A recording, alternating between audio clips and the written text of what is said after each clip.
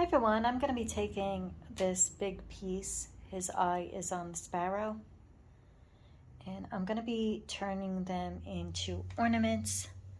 This piece is no longer calling to me, but I am going to take the stitching that I did do and turn them into ornaments.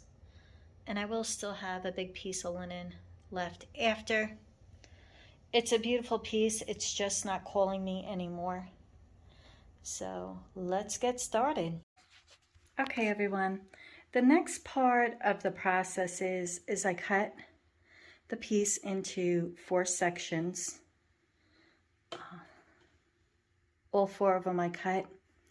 And what I did is I cut out using my round template.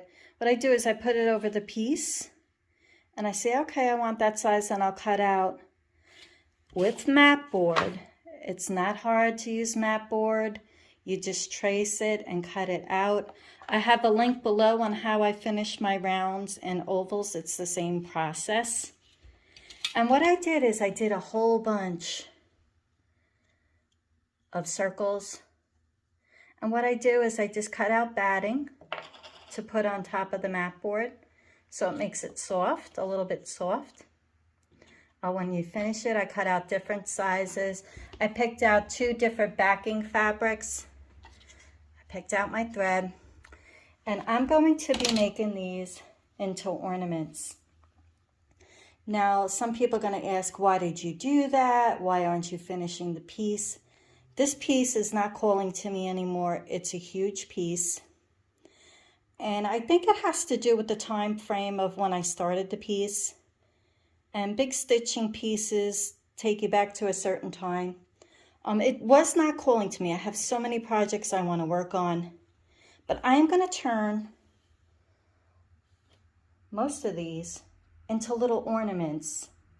And I want more smaller ornaments for my tree. As you can see, this is going to be on top of here. It's going to be ornaments. There's going to be a ton of them.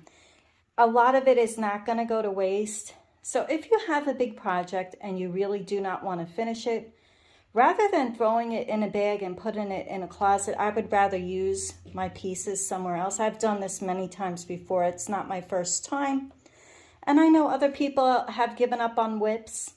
Some of them, you will see, I'm going to be turning also into buttons.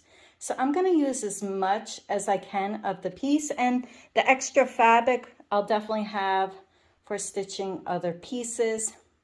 And now we'll move on to the next step of finishing these. As you can see, I've done a bunch of them already. I have a whole other pile that I'm gonna finish into these mini rounds. I do it like a production line. And over here, I do have a bunch that these will be buttons.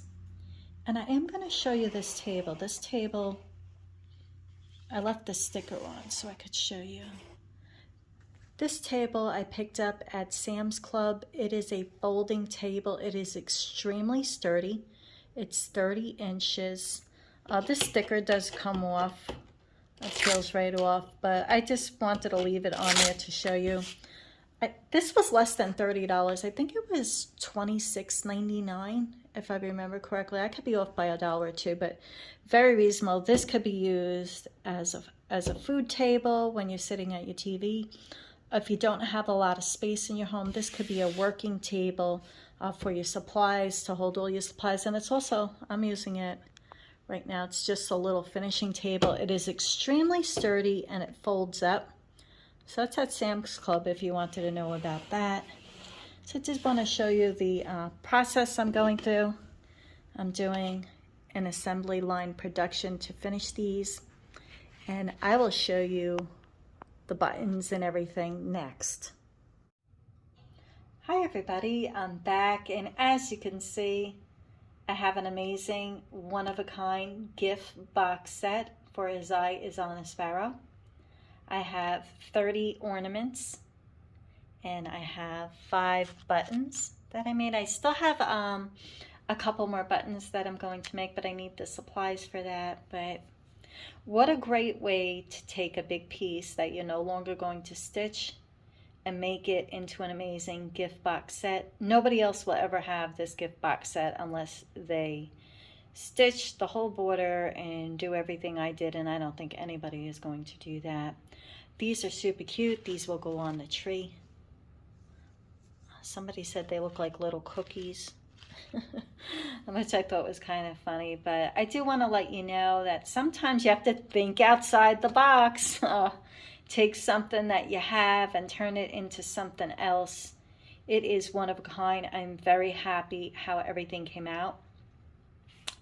On the cutouts, I had to do 60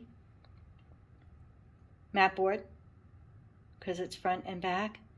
And I had to do 60 of the batting. So it's 120 circles I had to cut out, which is fine.